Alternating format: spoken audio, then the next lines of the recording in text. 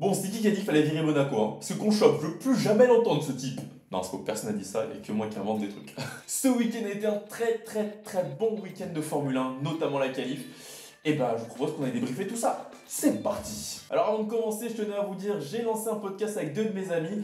Vous trouverez le lien en haut dans la description et on aborde plus en profondeur le débrief du Grand Prix. Moi, je vais me contenter de faire le clown devant la caméra et de dire ce qui m'a le plus intéressé. Mais si vous voulez une discussion un peu plus profonde et un peu plus intéressante, peut-être, ça dépend de vos goûts et couleurs, n'hésitez pas à aller écouter le premier épisode, il est dans la description. Bref, commençons parce que c'était quoi cette qualif de balade? Non mais l'impression que n'importe qui pouvait choper la pole, même Carlos Sainz, c'est vous dire. Ah ouais, non mais si même Carlos est dedans, c'est dire la qualif de fou, hein. Ah oui, clairement, dès la Q1, c'était n'importe quoi. Quand on voit que entre le premier et le 18e, il y a moins d'une seconde, alors certes, le circuit est un peu petit, mais quand même, c'est fou quoi. Je sais pas vous, mais moi j'appelle ça de la compétition. Si on pouvait voir la même chose le dimanche, on serait tous ravis. Là, les pilotes, ils font la diff. C'est plus une question de machine, c'est vraiment le talent. Ou alors il y en a qui se mettent dans le mur.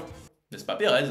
Alors oui, encore une fois, Monsieur Sergio Pérez se met dans le mur comme à Melbourne il y a 2 week-ends de Grand Prix, si je me trompe pas.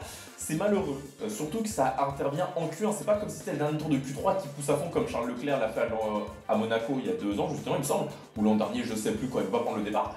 Là Pérez c'est en Q1, encore une fois, erreur bête, en plus premier virage, premier tour, ça donne pas un très bon signal pour montrer que t'as les épaules pour te battre pour le championnat. Je dis beaucoup de fois, wow, j'avoue le dire, j'ai dit beaucoup trop de fois pour dans cette phrase mais je ne sais juste pas parler. Enfin voilà, tout ce que je veux dire, c'est que tu peux être performant sur un week-end comme il l'a montré depuis le début de saison, mais la constance, visiblement, il va falloir encore un petit peu, parce que là, il ne le montre pas. Et quand on veut être champion du monde, il n'y a pas le choix, il faut être constant, on te demande pas de gagner tous les week-ends, mais de prendre ces fameux points intermédiaires. Même si tu as une Red Bull, tu sais que ton point intermédiaire c'est la deuxième place, fais pas genre. Mais il y a un moment, tu peux pas te permettre de te sortir comme ça, surtout à Monaco, où la qualification est primordiale. Parce que là, les mecs, une fois qu'ils sont qualifiés, c'était quasiment leur place définitive. Ouais, surtout que se sortir en Q1, mais c'est impardonnable. Sachant qu'en plus, t'as une Red Bull, à tout moment, tu peux faire un overcut de fou parce que t'as un rythme. Faut vraiment que je me calme.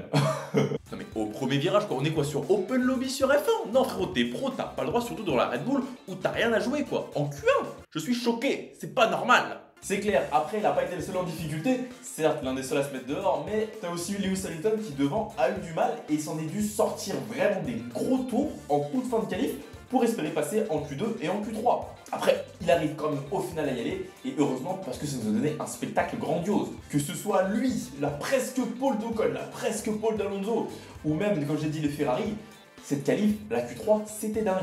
Perso, j'y ai cru à la pole d'Ocon, hein. Je dois pas être le seul. Bon, au final, c'est quand même Verstappen qui gagne parce que Verstappen gagne toujours. Voilà, désolé de briser vos rêves, mais la Formule 1, c'est Verstappen qui gagne à la fin. Il y a 5 ans, j'aurais dit Hamilton. J'aurais été heureux. Bah, j'avoue qu'à 4 minutes de la fin, c'était un peu ambitieux, mais quand j'ai vu Sainz passer derrière Ocon et ne pas améliorer son temps, je me suis dit, à tout moment, Ocon est en pole.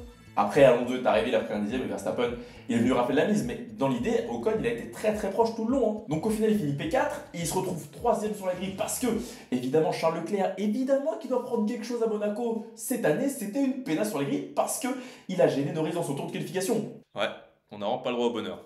N'est-ce pas Charles hein? Ouais, non, mais c'est bon, c'était sûr en fait. Donc au final, Verstappen qui prend la pole après un excellent 3ème secteur. Personnellement, je dirais pas que c'est l'un des plus grands tours qu'il ait fait lui-même parce que l'ensemble du tour, bah, il améliore pas le temps d'Alonso. Il est en vert premier et deuxième secteur. C'est le 3ème secteur qui est grandiose. Mais l'ensemble du tour, il y a pas mal d'erreurs. Il peut mieux faire. Moi, je pense à Jeddah 2021. Là, ça, c'est un très grand tour. Là, Monaco, c'est un bon tour et un exceptionnel 3ème secteur. Allez, on va passer dans le dimanche parce que c'est le dimanche que les points se gagnent. Et évidemment, comment ne pas commencer par parler de monsieur Esteban Ocon, 3ème.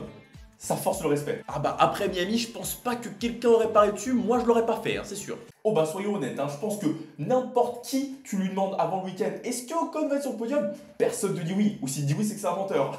Ou alors c'est juste que vous avez beaucoup de chance, ou vous êtes des voyants.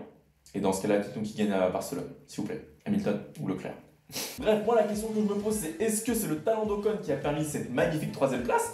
Ou est-ce que c'est Alpine qui a apporté une voiture bien plus performante qu'à Miami? Et pas Imola parce qu'Imola personne n'a roulé. Bah j'ai beau avoir lu les news, j'ai pas vu que Alpine a apporté d'amélioration à Monaco. À moins que je me trompe. Ouais, et puis vu les déclats qui ont été faits du côté d'Alpine, eh ben on a plus l'impression que c'est vraiment le talent d'Ocon qui a été mis en avant. Parce que là, personne en interview d'après-course te dit « Ah oui, non mais C'était normal. On était prêts à avoir la troisième place, on était là. Non, ils sont tous en mode ouais, bah Esteban a fait quelque chose de grand, de très très grand. Ouais, sachant que Pierre a fait aussi un bon week-end, mais c'était pas du niveau d'Esteban. Hein. Oui, c'est ça, Gasly fait 7ème. C'est une très belle performance également de sa part, faut le souligner. Mais 7ème, c'est là où on peut s'attendre à voir une Alpine s'il y a un souci devant. Et là, ce week-end, c'était Perez qui n'était pas là. Donc forcément, Alpine, ça monte d'un cran. Depuis le début de la saison, ça fait quoi 8, 9ème quoi. Donc une 7ème place, c'est pas déconnant. Par contre, une 3ème place, c'est déconnant ça. Faut également souligner que ce soit Ocon ou Gasly, aucun des deux pilotes Alpine n'a fait d'erreur. Ce qui n'est pas le cas des autres de devant. On peut parler de George Russell qui s'est mis dehors à un moment donné. On peut parler de Sainz qui a tapé Ocon et qui s'est mis aussi dehors à un moment donné. Même Verstappen sous la pluie, bon là, c'est forcément, il était en hard ou en medium, je sais plus. Sous la pluie, forcément, c'était compliqué. Mais Ocon et Gasly, ils ont fait aucune erreur. Après, bon, faut reconnaître qu'en termes de rythme pur, l'Alpine n'est toujours pas au niveau de Ferrari ou de Mercedes. Heureusement que c'est à Monaco cette performance parce que là, à aucun moment il était sous la menace de se faire dépasser. Oui, Carlos était très proche, mais on a bien vu comment ça s'est fini. Monaco, tu peux quasiment pas dépasser. Après, bon, faut quand même reconnaître qu'en fin de course sur les Mercedes, Alpine et Esteban avaient quand même un meilleur rythme. Oui, perso, je suis assez d'accord sur ce point. Autant Sainz, il était vachement proche toute la course, du moins quand il était derrière Ocon, autant les Mercedes, c'était pas autant menaçant. Alors oui, c'était sous la pluie, mais quand même. Donc maintenant, personnellement, j'ai très hâte d'être samedi et dimanche afin qu'on puisse voir sur un tracé tel que Barcelone, qu'en est-il vraiment d'Alpine? Parce que je pense sincèrement que c'est plus circonstanciel qu'autre chose, mais quand même, est-ce qu'au final, s'ils apportent des améliorations, Alpine, au moins avec Ocon et Gasly, on sait que les deux pilotes, s'ils ont la voiture pro, ils seront capables de jouer la 4ème, 3ème place sans souci. Allez, on enchaîne avec l'autre grosse performance du week-end. Vous la sentez venir évidemment. Non, je parle pas de Leclerc, je parle évidemment de Fernando Alonso. Si proche de la 33ème victoire. Ah non, mais limite, on aurait pu croire que c'était déjà fait avant que la course se joue. Hein. Tellement tu voyais ça partout. Ah oui, clairement, là, la hype, elle était phénoménale. T'as vu ça partout sur Twitter, Instagram, Reddit, partout. On parlait que de la 33ème victoire d'Alonso. Alors, est-ce qu'il était vraiment capable de le faire?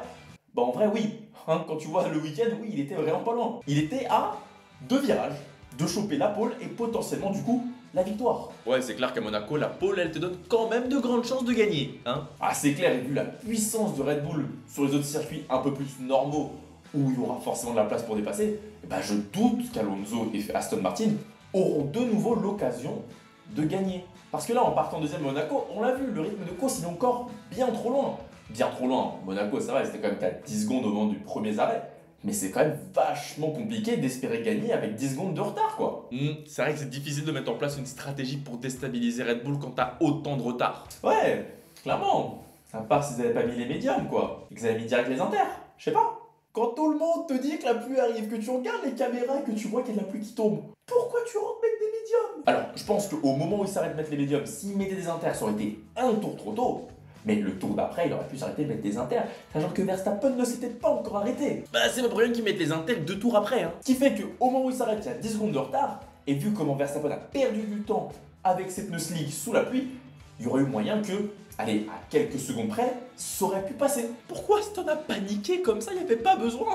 Mais oui, c'est tellement dommage.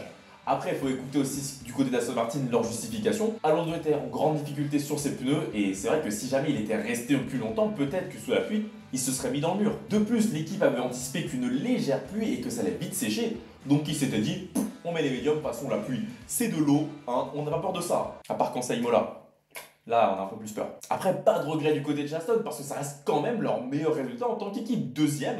Alors oui, je parle pas de Racing Point de la victoire de Perez, hein, parce que bon, on sait que c'est les mêmes gens, mais bon, pour les palmarès, Aston Martin, c'est leur première, deuxième place. Ouais, bon après Verstappen était fort hein, au moment où Alonso y rentre, il a 10 secondes certes, mais bon, avec le rythme de course de Verstappen, il aurait été très difficile de le rattraper quand même. C'est ça, donc maintenant, on a une troisième place d'Alonso, enfin, on a eu que des troisième places d'Alonso, maintenant on a une deuxième place.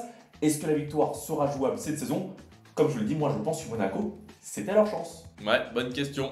Moi j'y crois pas non plus, mais c'est pas impossible. Allez, on va terminer avec mon troisième point de la course qui me semble important de noter. Encore une fois, toujours pas parler de Leclerc et de Ferrari parce que je peux en parler tout le week-end.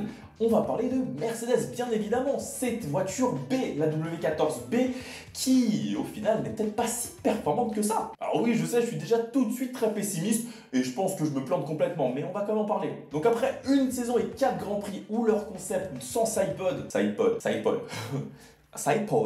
woo, I'm bilinguish, avec leur concept sans ponton à la française, ils n'ont jamais réussi à s'imposer sur le devant. ils ont décidé, eh bien, on va tout changer. Alors oui, c'était prévu pour Imola. Il n'y a pas eu Imola, on amène ça à Monaco, histoire de voir si tout de même ça fonctionne. Tout nouveau, ouais, c'est une Alpine rebadgée Mercedes, hein. Alors oui, le design, il est vachement ressemblant à celui d'Alpine. C'est pas les seuls, hein, il y a la McLaren qui ressemble aussi. Dans l'idée, on va quand même avoir une monoplace qui ne ressemble pas non plus à la Ferrari avec des pontons extrêmement larges ou une Red Bull avec des pontons qui descendent très fortement. Là, on est sur un concept un petit peu bon, alternatif quoi. Et étant donné que je suis ni ingénieur ni aérodynamicien, je pense que ça se voit suffisamment. Je pourrais pas vous dire détailler, je peux pas vous détailler en fait qu'est-ce qui a réellement changé à part les pontons, la suspension. Du coup, je vous propose d'aller regarder l'excellente vidéo de la F1 TV qui est disponible sur YouTube où ils analysent en 20 minutes les améliorations, les modifications sur la Mercedes et sur quoi ça impacte vraiment. Et franchement, pour comprendre facilement, sans grande difficulté, c'est le top. Ok, mais du coup, est-ce qu'elle marche mieux cette voiture ou pas? Bah, comme je disais juste avant, personnellement, je suis pas extrêmement convaincu. Bah super, tout ça pour ça? Mais il y a quand même des bonnes choses à relever. Déjà, la première bonne chose, c'est que chez Mercedes, on se satisfait de ce concept. Pourquoi je m'approche comme ça de la caméra? Je sais pas, je suis tordu là. Donc, comme je disais, Mercedes se satisfait de ce concept. On peut écouter les déclats de Toto Wolff ou de Lewis Hamilton qui disent bah, on est à Monaco, c'est pas un circuit qui nous a toujours réussi. On a eu une bonne performance, un bon résultat. On se rappelle que Russell doit finir 3ème, d'ailleurs, c'est pas son erreur. Hein. Et étant donné que Monaco, c'est quand même vachement spécial, c'est quand même un bon résultat. C'est pour ça qu'ils ont très hâte de voir ce que ça va donner à Barcelone, un circuit qui est quand même bien plus classique, même si moi j'aime plus trop cette appellation parce que t'entends tout et son contraire. T'entends que oui, Miami c'est un peu atypique, oui, Bahreïn c'est atypique, non mais Barcelone c'est classique, Monaco c'est atypique, non mais hasard, tous les grands prix sont atypiques j'ai l'impression. Donc ça sert à quoi de vouloir tester sur du typique si tous les circuits sont atypiques? Bref, je m'éloigne. Tout ça pour dire que de leur côté, ils sont contents. Et ensuite, la deuxième cause de satisfaction, c'est le fait qu'ils ont fini devant Ferrari. Alors, objection, monsieur. De 1, c'est pas extrêmement dur quand t'as Ferrari qui se plante sur la stratégie.